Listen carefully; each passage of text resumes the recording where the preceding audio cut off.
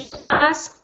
Sometimes we think that we need to follow the curriculum, and that's everything we can do. We don't have time to prepare the students for exams, for the exams. But in fact, we can. Okay, so if we just raise the bar and we know what the requirements are for the exams at secondary education, we can still do a regular class and still prepare our students for the exams. Okay, so that's what I'm going to try to do today. Okay, I'm going to present you with practical ideas and activities related to some of the skills for the exams at secondary education that you will see still keep the curriculum learning objectives. All right. So this is the structure of this webinar. Okay, so first we'll take a look at the B2 exams and curriculum. We're going to focus on the intermediate level, all right? And then we'll talk about writing and speaking skills with practical ideas regarding exams. And finally, we'll just come to a conclusion.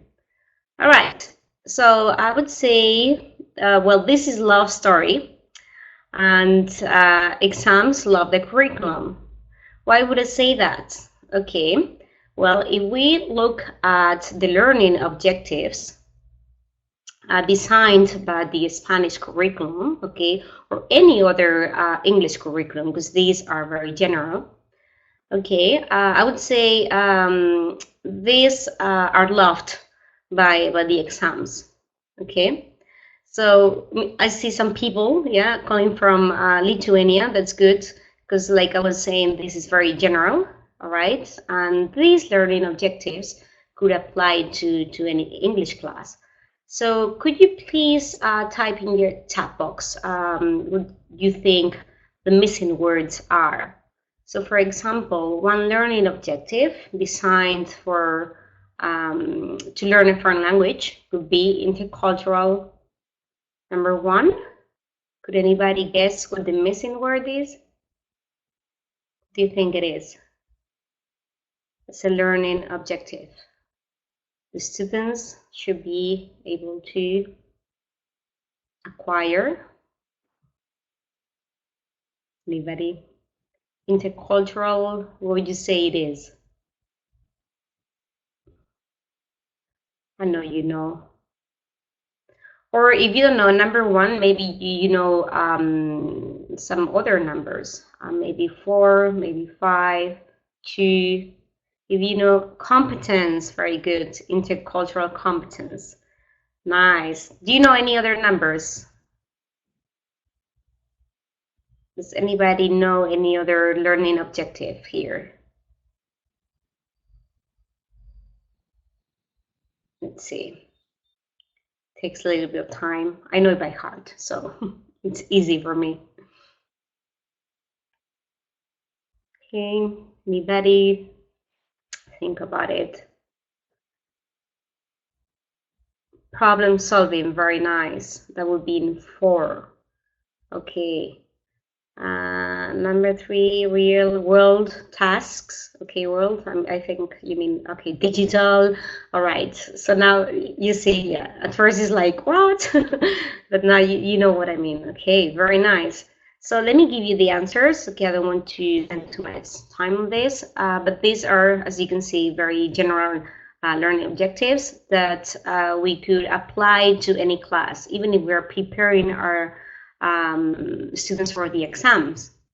Okay, because in fact, I mean, sometimes for the exams, we think that they just need to learn strategies to pass the test.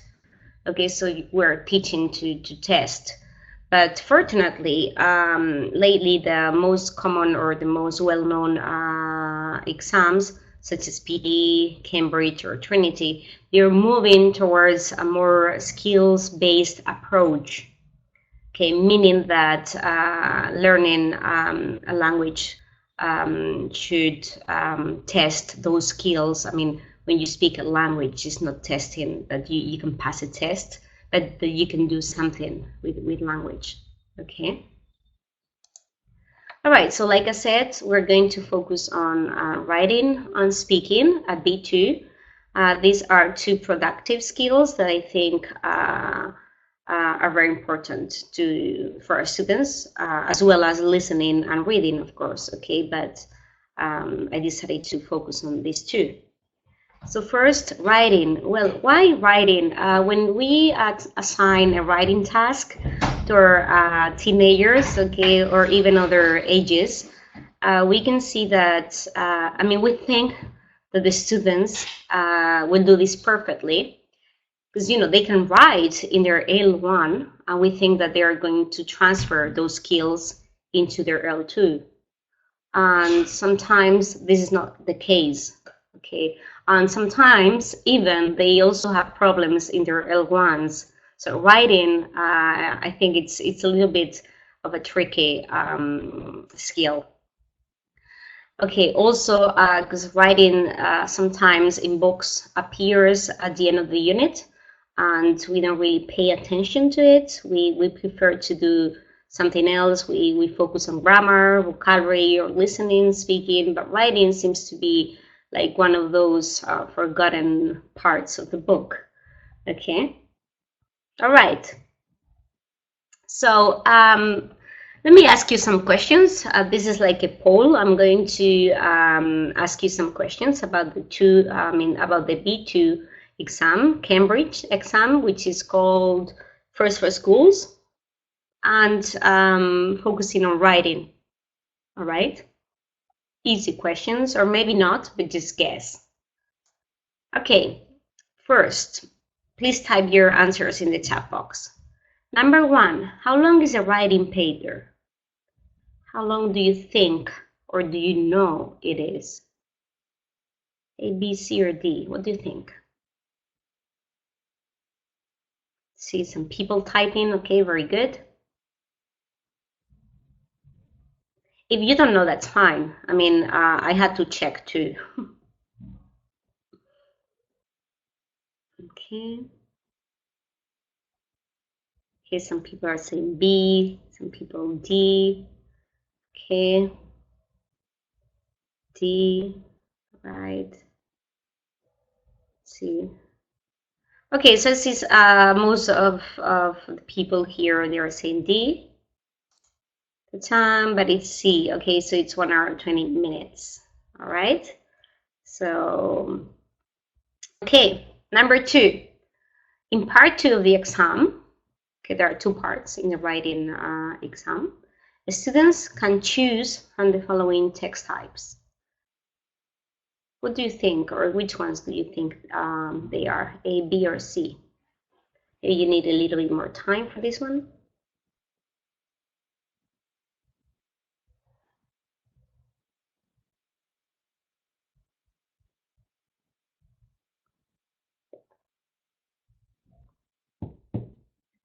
Okay, I can see some people saying A. All right, any more answers? Okay, A. All right, so most of you, you're saying A. Let's see. It's B. It's article, email, or letter, story, and review. In part 1, they have a compulsory task, which is writing an essay. But in part 2, they have to choose from one of those text types. So let me give you some examples of text types. I just took some model examples of some of the text types, and I'd like you to tell me what they are. So A, is it an article, a letter, an email, review, story, an essay? A. Just take a look at it like.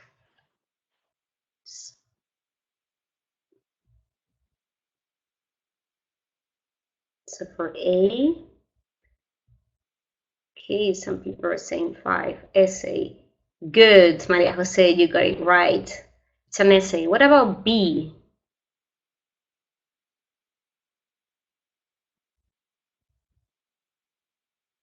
Story. Good, Fatima. Okay. That one was easy. Some more people got it right. And see, Castle Park.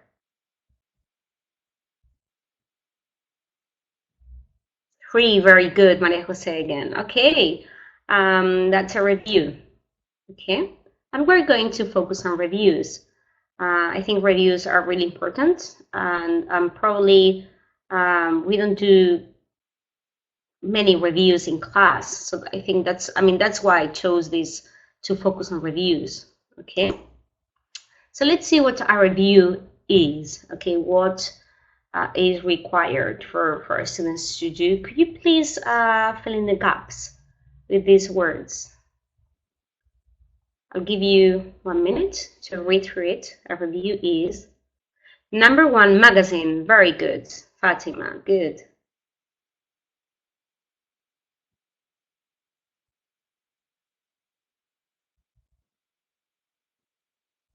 2, describe. Nice. 3,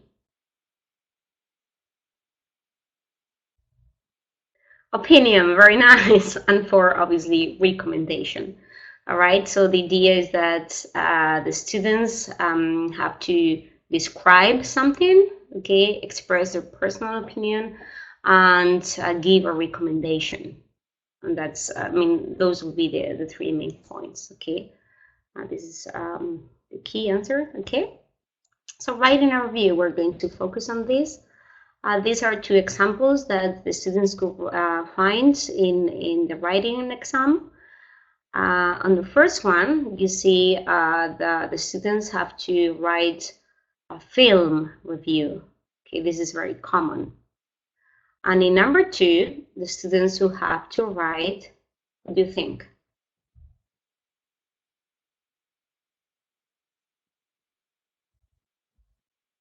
In number 2, what do you think they need to write? What type of review? Review about, see, book. Very nice. Okay, so film and book. Those are the most typical examples. Okay. So what do our students need to do in order to produce a good piece of writing? In this case, review, but this applies to most of the text types, okay, at the intermediate level. Okay, so I took a model example, okay, of a review, and I just highlighted the strategies they need to learn or what they need to focus on. So as you can see, this is very very general. Like I said, it could be applied to any text types. So register, say what and why, describe, pay attention to verb tenses, vocabulary, connectors, give an opinion or advice, and a recommendation. So opinion and recommendation are really specific to reviews, but the rest, connectors, verb tenses, maybe description, this is common to all text types, okay? So as you can see, this refers to register, language, organization, and content. Again, it's common to all text types. All right, so let me give you some practical ideas, 3 top writing ideas. First idea, we'll focus on register, okay? So what you can do is this activity called How Are You Today? So that the students develop formality awareness. All right, so I would tell my students, how would you ask, how are you today in the following situations? So the first thing I would do is just give them matching activity, more like a guided practice, okay? Because if I just ask this question to them, maybe they don't really know what to say. So first, I give them some options. So how would you say, how are you today, for example, speaking to your teacher? And then you have some options, A, B, C, or D. Or when a classmate calls you 7 minutes before class, writing on a friend's Facebook page, talking to a relative you haven't seen for years, okay? So Well, the answer would be speaking to your teacher. What do you think the answer is? What would you say? I mean, this is just an option, obviously. D. Okay, very good. When a classmate calls you 7 minutes before class, that would be A. What's wrong? Okay. Facebook page, WhatsApp. Okay. And for a long time no see. And this could bring lots of discussion because obviously, like I said, there are many options and it also depends on the culture.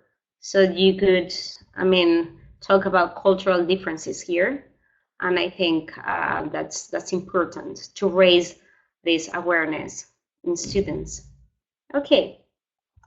So after we do this guided practice, I would just ask something which leads to a freer practice and more specific to reviews. Okay, remember the students for reviews, they had to write a recommendation and state their opinion about something. Okay, so in this case, I would say, okay, what would you say in the following situations? Recommend a film, to a friend, to a relative, to an acquaintance, to your teacher, or say your opinion about your school to your friends, to your classmates, teacher, parents, newspaper, and I'm sure they will realize that it's not only a vocabulary, okay, or what they tell to these people, but also the way they tell this thing, okay.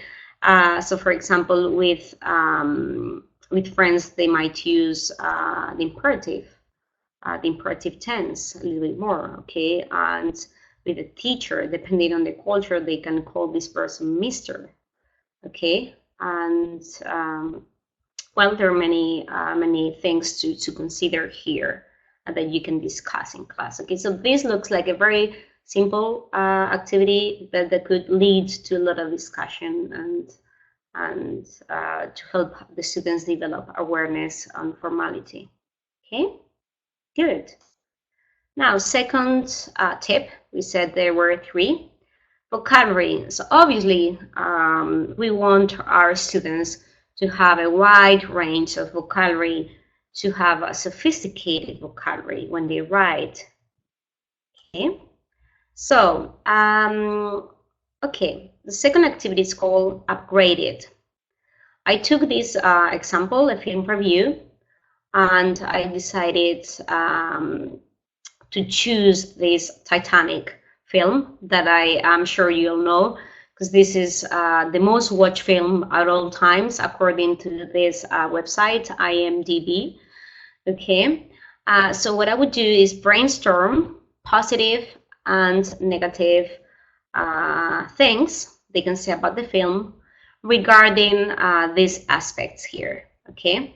So action sequences, stunts, acting, soundtrack, cinematography, plot, etc. So in the chat box, I would like you to tell me something positive or something negative if you've seen the film, obviously, about the film regarding these aspects, okay? So could you please type your opinion in the chat box? I'm sure you have an opinion. Okay, great soundtrack. So, for example, the full sentence would be the soundtrack was great. Nice. Or the soundtrack is excellent. Good. Everybody loves the soundtrack. Everybody knows the song, right? I'm sure you know it by heart. At least I do. Okay, so we have two examples here. Now, when I get my students' opinion, I just write them on the board, okay? And this is what I would expect from my students. I thought the acting was bad. I really liked the soundtrack. I thought the plot was okay. I thought the special effects were poor, something like this, okay? But I would say this is like standard English, neutral, even basic. And like I said, I want my students to upgrade or to get a more sophisticated vocabulary. Okay? So I would just ask my students to try to upgrade the previous sentences. And I could give them some help.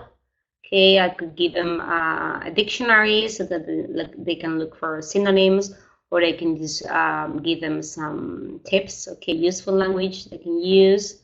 And okay, so could you please try to upgrade one of these sentences? I don't mind which one.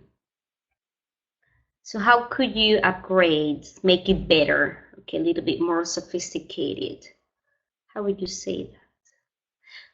Okay, no, that's previous comment. You can take a look at the useful language if you want to. Okay, I see some people. It has a fascinating soundtrack. Very nice. Okay.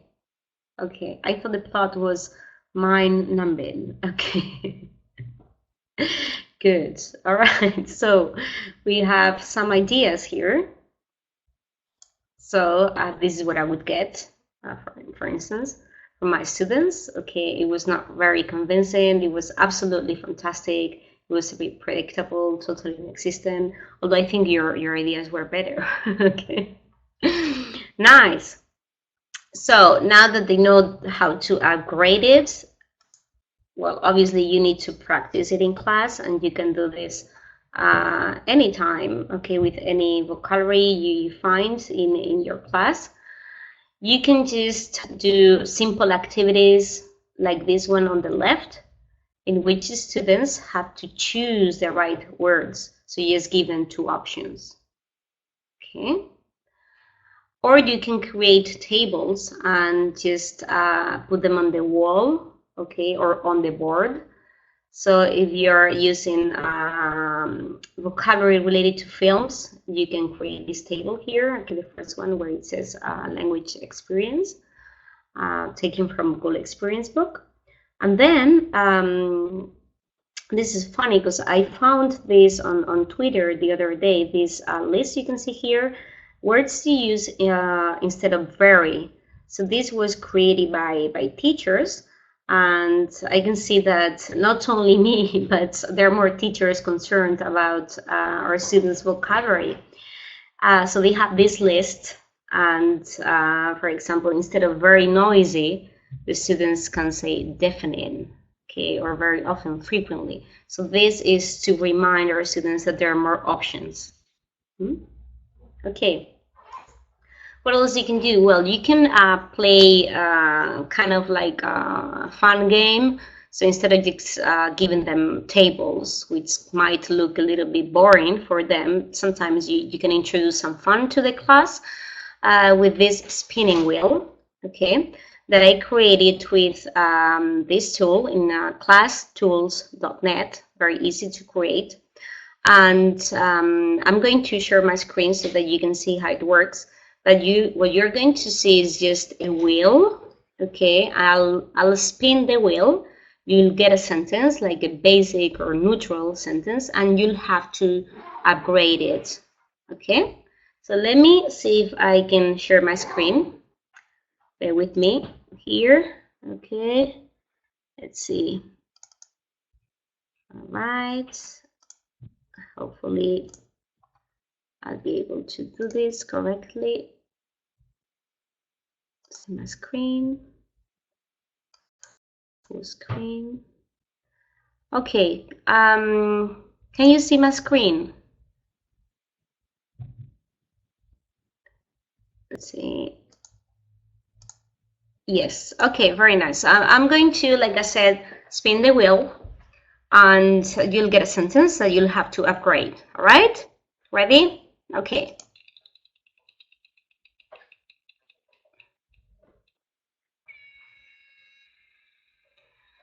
Okay, so you got the acting was good. Could you please upgrade it? Could you please type something in the chat box?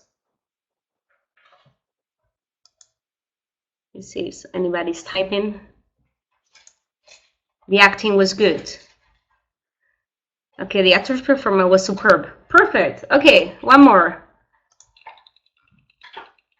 This could be like a competition. There weren't many action sequences. This one was hard. It's harder, I think. There weren't many action sequences. What would you say to upgrade it? It could, I mean, it doesn't have to be like exactly the same, but okay, it's not really an action film. Okay, so there are many ways of saying this. Perfect, perfect, nice. Okay, so back to screen. You could do this as a competition, and I don't know, in groups or in teams, and the team that gets the most number of upgraded sentences then will win some candy or whatever. Okay, so that's a fun way to introduce upgrading vocabulary. What you can also do with this activity is a peer review. So the students write a review and then they just exchange their reviews with somebody else, and the other person will have to try to upgrade the review. So after they practice, after they know how it works, okay, they just do it. And that's going to save you a lot of correction time, which is something we teachers need a lot. Okay, good. Next activity is related to connectors, and I'm sure you work with them a lot in your classes. One way to work with connectors is using songs that I'm sure you also do, okay? And this activity is called the single link. So first of all, I'm going to play a little bit of a song and see if you recognize the song. I asked my teenage nephew for this song and see, because I wanted to see what teenagers like these days. Okay, so it's something they do like. Anyway, I play it. Sorry.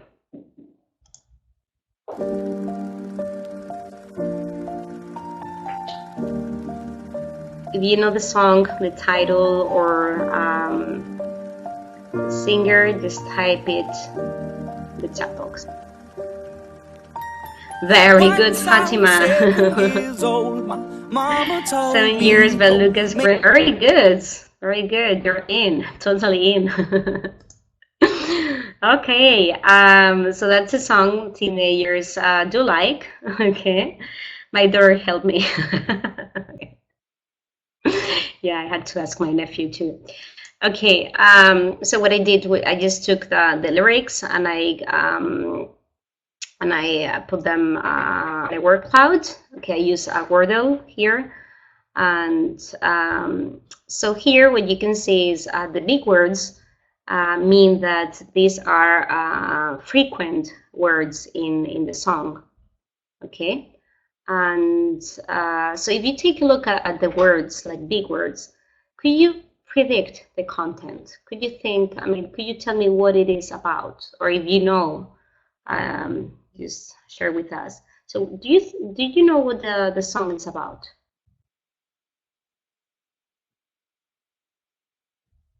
Life. Yeah. It's about the life of a person. Okay. Yeah, it looks simple, but it is what it is.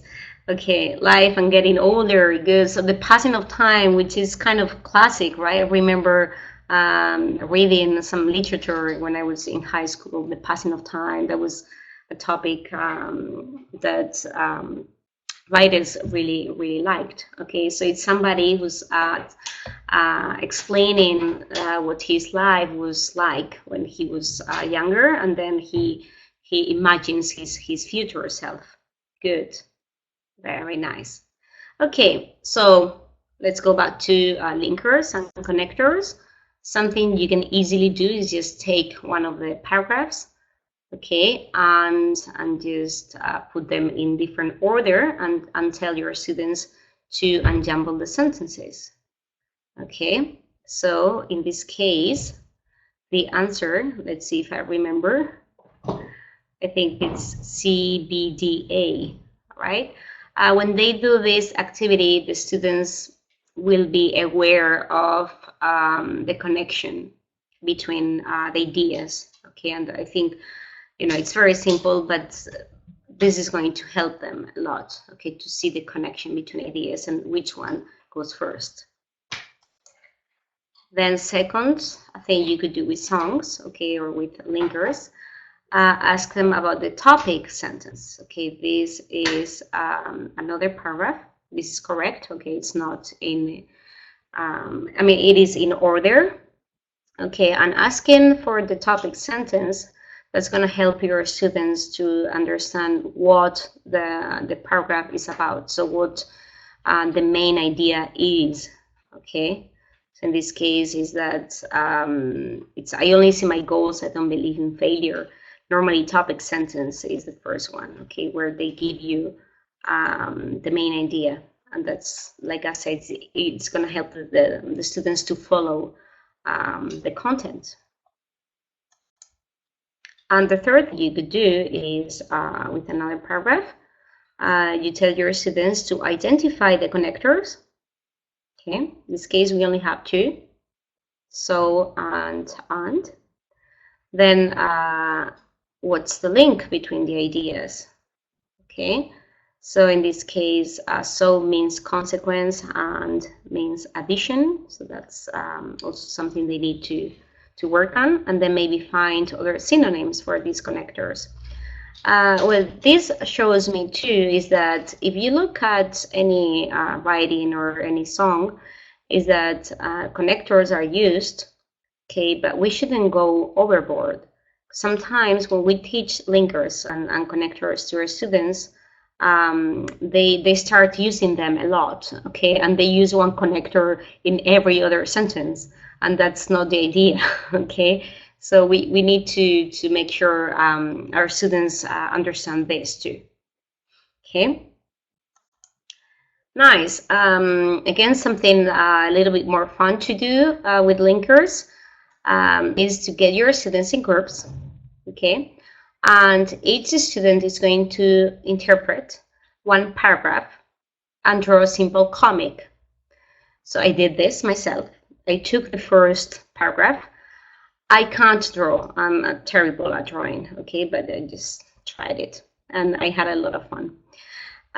So the first paragraph was, once I was 7 years old, my mama told me, go make yourself some friends or you'll be lonely, when I was 7 years old. Okay, so what I drew was a picture of 7 years old me, and then my mama saying these things to me, okay. And then what you can do is, since each group is going to have one paragraph, then you just put them together on the wall, okay, and then they can see the connections, okay, between the different comics, different drawings, and you can ask them for the connections, okay, what's the link between these two or between the whole thing, so they can see the storyline of the storyline, okay. And I mean, I think this is something they would like to do. More useful tips regarding writing, okay. Students can keep a portfolio of all of their writings, and this is something I think is really nice, so they can see their progression, how they are doing, okay, from the first writing they do in class, okay, and the last writing, maybe there's been some progression, and that's going to help you too for feedback.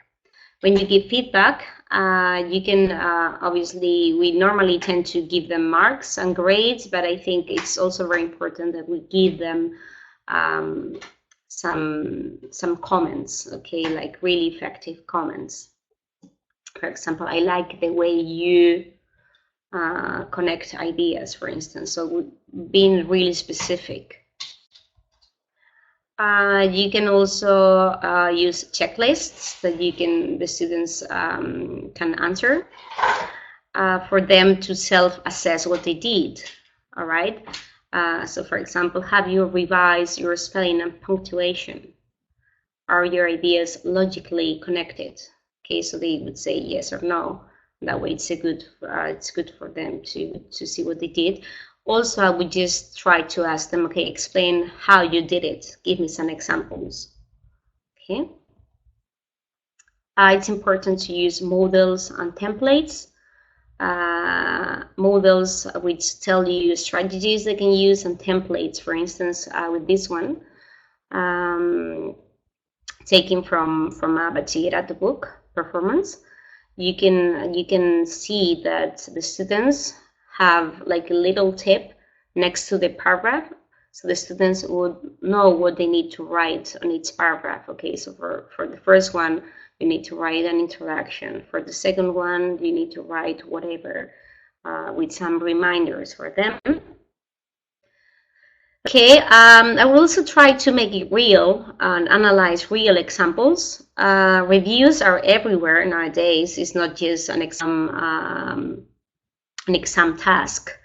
Okay, but they're everywhere. If you've ever bought anything in Amazon, or if you ever gone to a restaurant and have used TripAdvisor, I'm sure you've read some reviews. And you can ask questions about those reviews. Okay, what's the target audience, for instance? Or how could this review be improved? Some simple questions from time to time. Okay. Last thing, I would just try to make it real and make it, try to publish the best reviews we have in class. So maybe do some voting first and then publish them if you have a blog in your classes or anything. All right? Good. Now, speaking activities, okay. Well, what do you know about the B2 Cambridge speaking? Okay, again, some questions. We'll go fast here because we are running out of time. How many parts does the speaking test have? A, B, C, or D? Okay, see some people B. It's C. Okay, it's 4 parts. Okay, 4 parts. I mean the B2 exam, Cambridge. How long is the speaking part?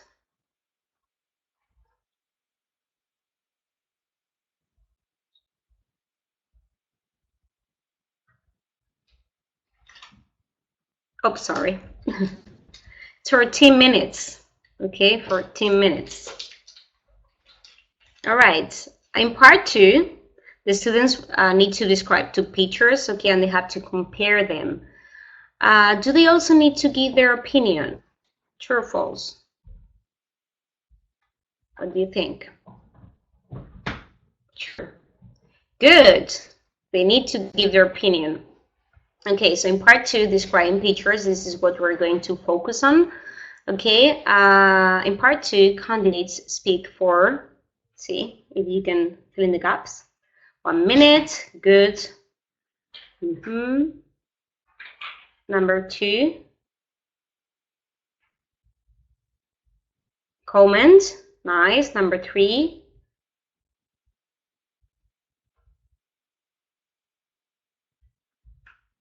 similarities, okay, and obviously number 4, speak.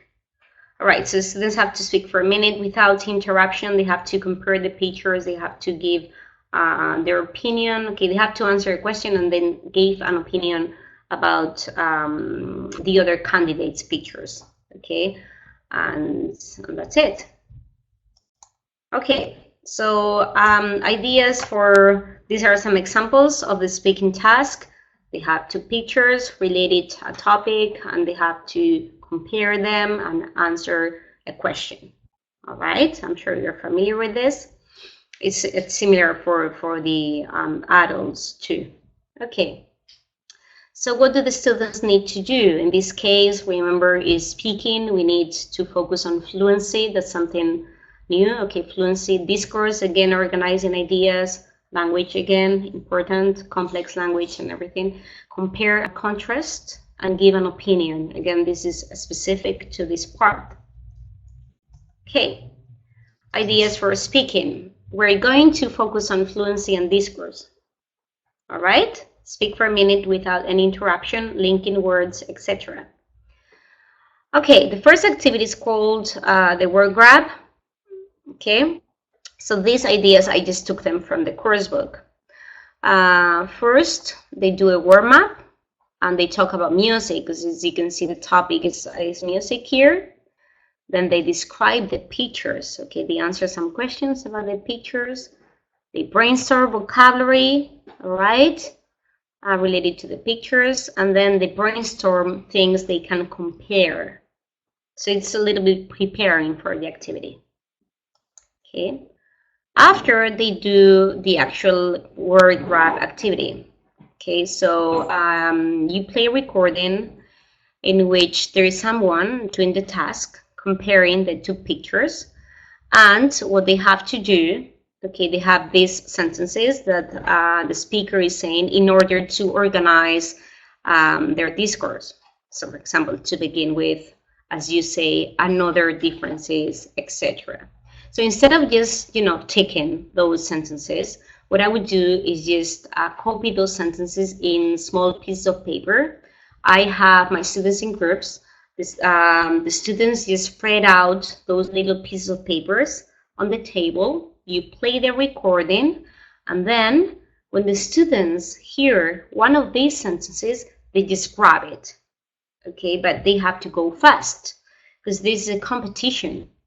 So the students will have to try to get as many words as they can. Some of them will be said in the recording, some of them won't. All right, so this is a word grab activity. Okay, and they will become familiar with these sentences, and it's just another fun way to do it. Then I would do what is called the chatterbox. That's another activity, and it's the continuation of the activity. So this has been preparing vocabulary and sentences, okay, and language. So one of them will be the chatterbox, and the others will have another role, such as the time manager, the discourse analyst, and the phonologist. So the chatterbox is going to prepare the discourse that he's going to do, okay, about the pictures. And the other three are going to try to think of a question they want to ask the speaker about the pictures, okay? And then the chatterbox will speak for a minute without interruption, and then the rest of the people will take roles. Time manager obviously manages time. The discourse analyst will make sure they're using those sentences to begin with, as you say, etc.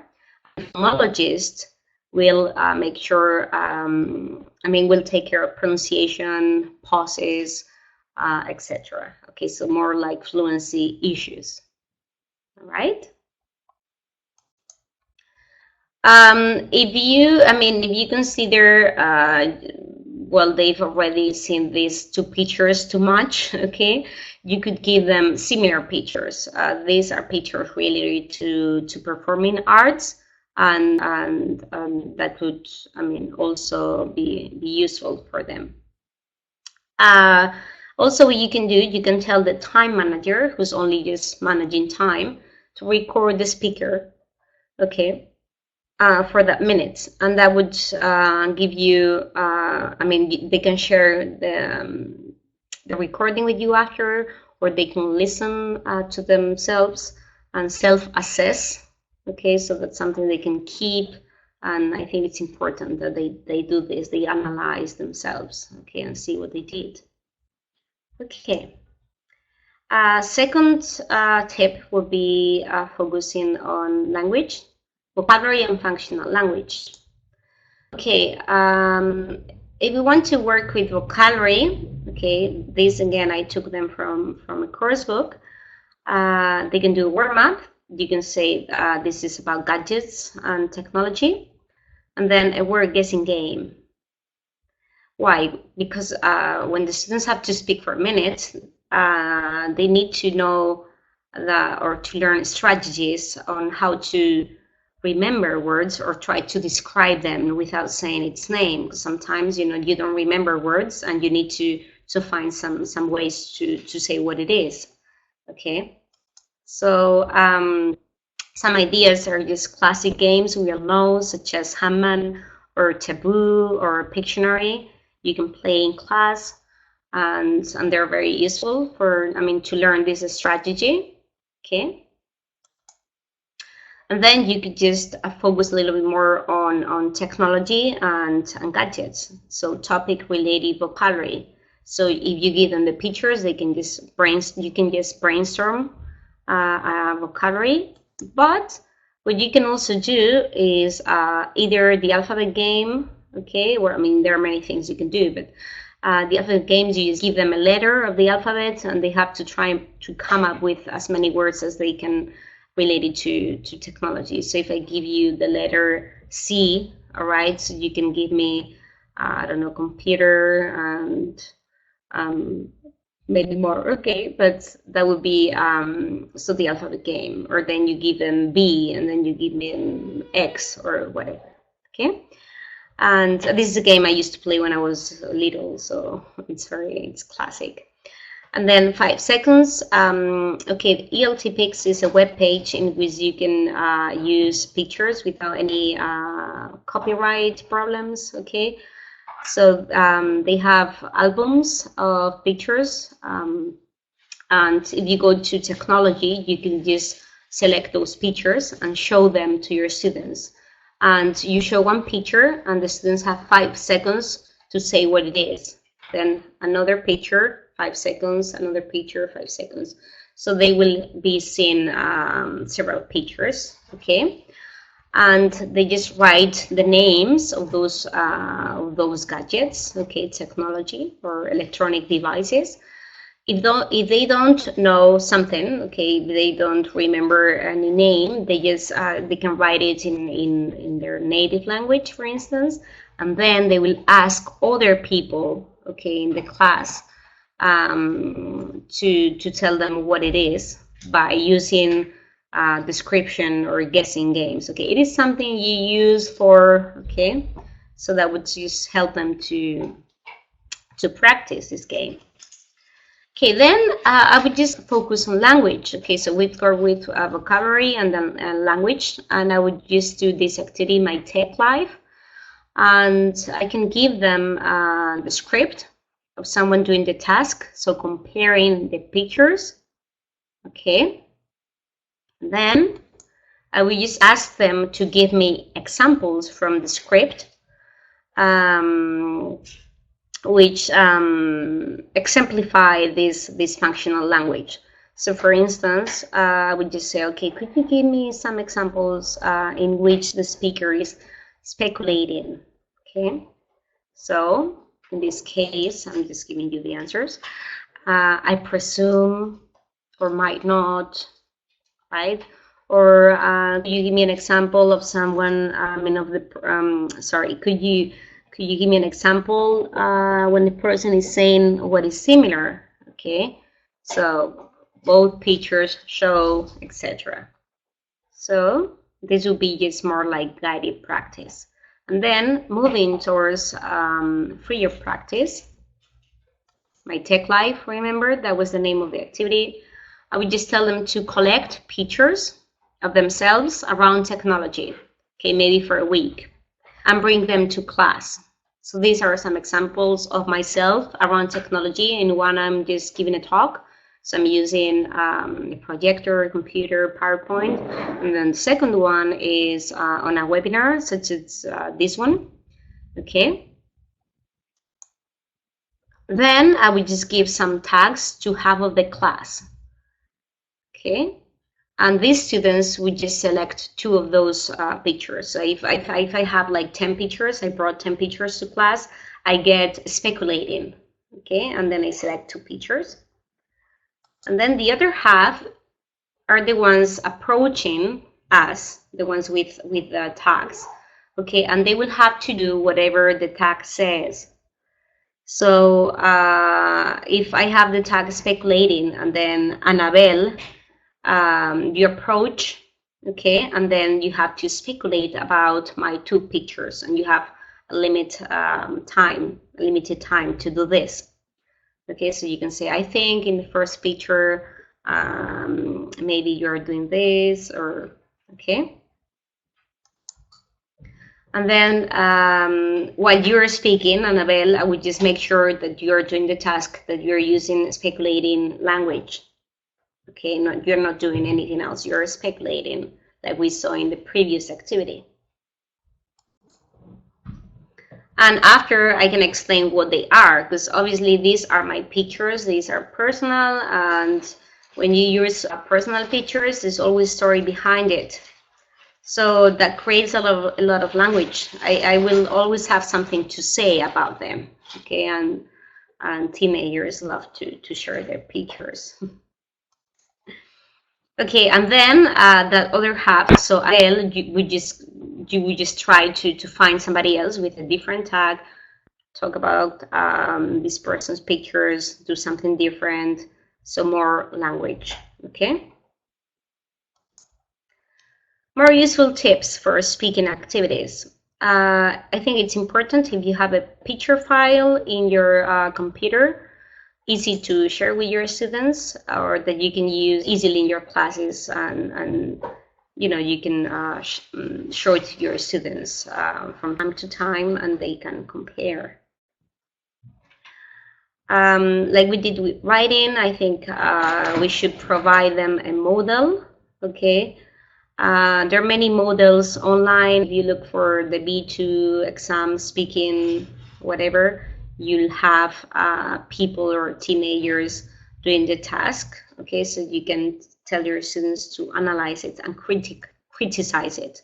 When you tell your students to criticize, they know how to do it. Okay, so that's gonna be important.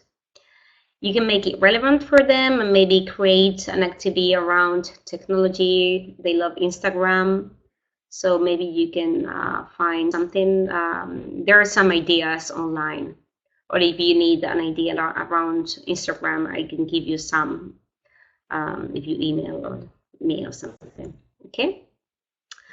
You can link this task to other school subjects, such as history of arts, for instance, or history. And the students have to describe paintings or photographs. So you could maybe talk to another teacher, okay, and create an activity around pictures, okay, English and something else, so cross-curricular. Add variety. We've used photographs, but I think it's important if you can use other types of images, such as comics or drawings or paintings. And finally, be aware of copyright. I mean, if you use your own personal pictures, that's fine. But when you're using some others' pictures, just make sure you can do that. Okay. Concluding remarks. Like I said at the beginning, this is the end of our love story. I said that exams love the curriculum, but I can also say that curriculum love exams. What we saw here was some exam tasks. And I think, not all of them, obviously, because we didn't do all of the exam tasks, but some of them, I think they'll fulfill these learning objectives. Okay, intercultural competence.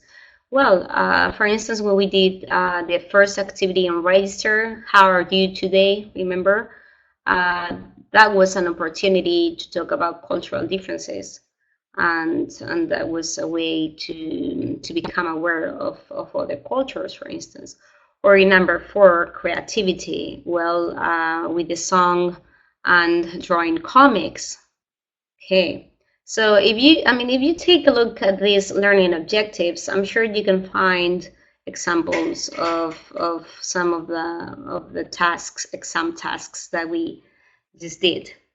Okay, so finally, I would like to share my references. Okay, these are the course books or the exam course books that I used. Gold Experience for B2, it's a Pearson book, and Mini Practice Tests Plus, what I took some of the tips and strategies.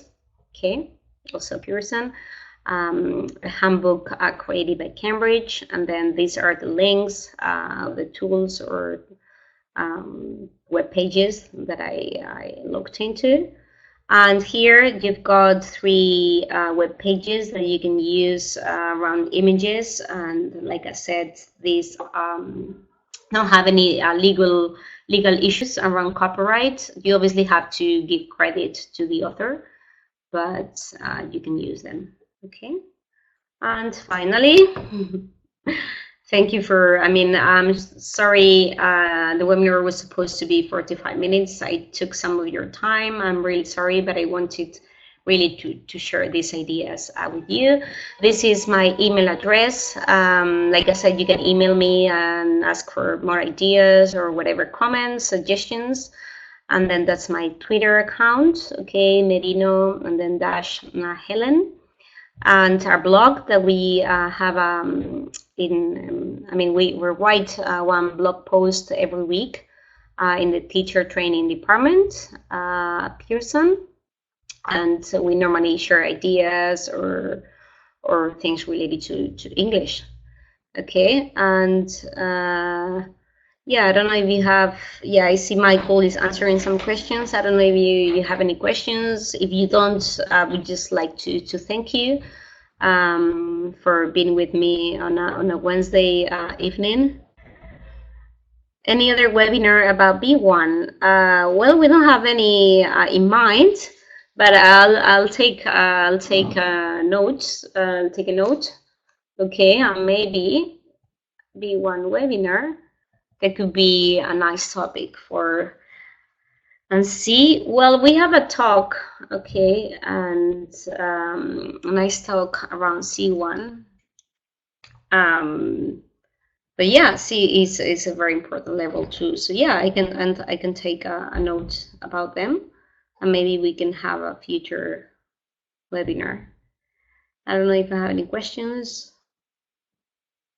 Not, thank you so much. It was a pleasure.